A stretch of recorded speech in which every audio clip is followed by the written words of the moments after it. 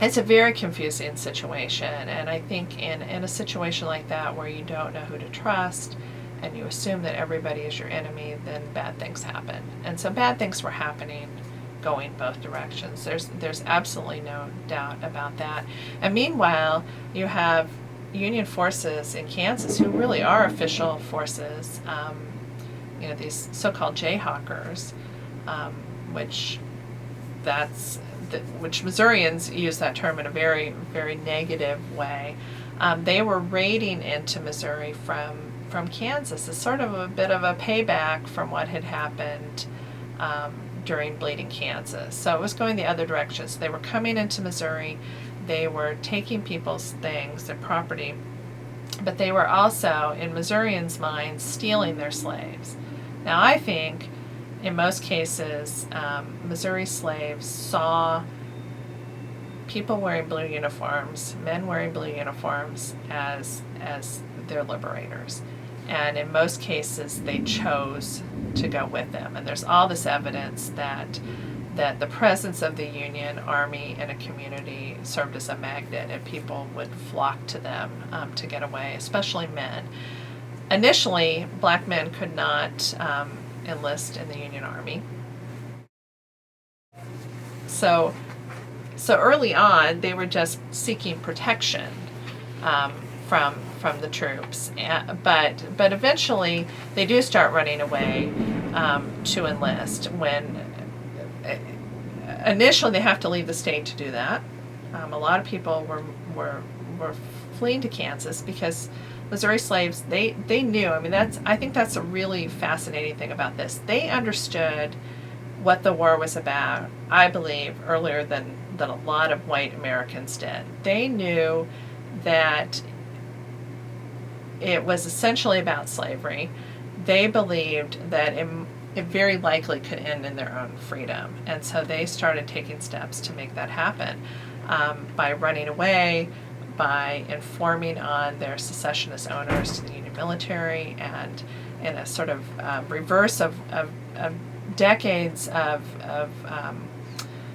it being illegal for African Americans to testify against white people, white Americans in court.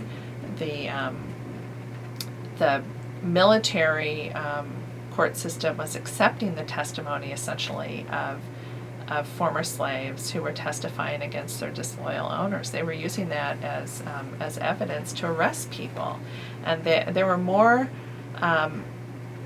more people arrested for disloyalty in the state of Missouri than in any other state in America during the Civil War.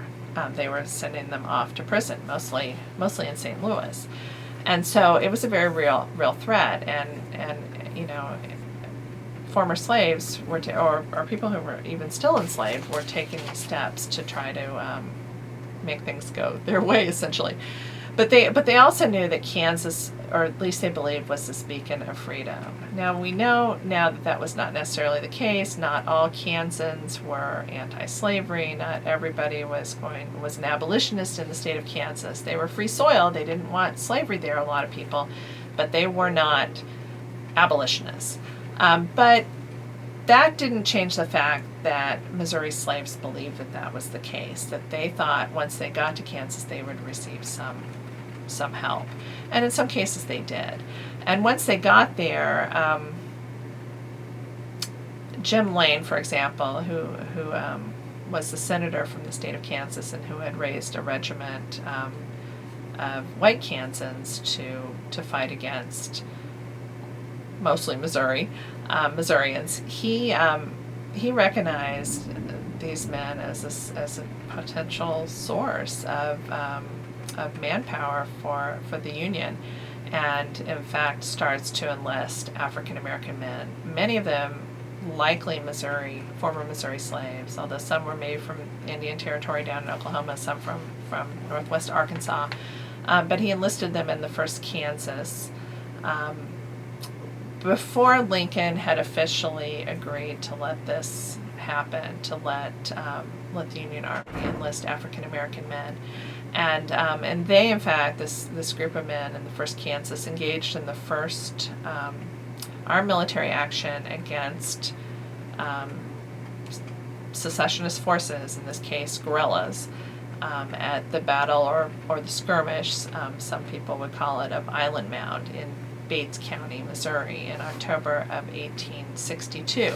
So this is well before the Fort Wagner incident that everybody knows about from the Glory film, which happened in the summer of 1863, is well before that. And Lane just went ahead with doing this, really basically without getting any kind of official sanction for doing it.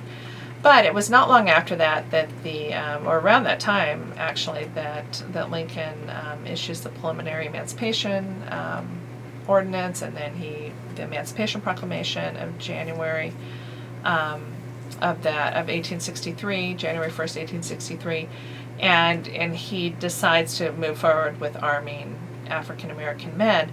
And regiments are recruited in the northern states, but they are not officially recruited in the border states, including Missouri, until the fall of 1863, going into the winter of 1864.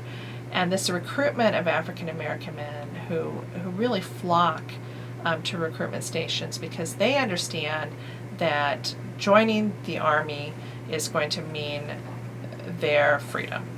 And they also believe that it could possibly mean the freedom of their family, their wives and their children, or their parents. And they also understand, I think, and inherently understand that it will help them to lay claim to their own manhood, as well as possibly their rights as citizens. So this is the stakes are very high, and men want to join the Union Army. The guerrillas and the slaveholders, of course, do not want them to join the Union Army, and that becomes a tremendous focus of the guerrilla insurgency. There's Chris Phillips, who is a historian of the war in this region, has found that the number of guerrilla incidents, he says, explode after the recruitment after the Emancipation Proclamation, but then the recruitment of black men. This becomes a real focus, I think, of the guerrillas to try to maintain slavery and to try to keep men from enlisting. And so a lot of really horrible things happen. I mean, really, men took their own lives into their hands as they tried to get to these recruitment stations. It was a real act of bravery for them to try to make their way to these places. Once they got there, they were protected, and they were sent to St. Louis, where they were mustered in, and then oftentimes sent throughout the Western theater of the war. There were African American men from Missouri who were on the road with Sherman to Atlanta and to the sea, and there were men down securing the Mississippi River at places like Louisiana.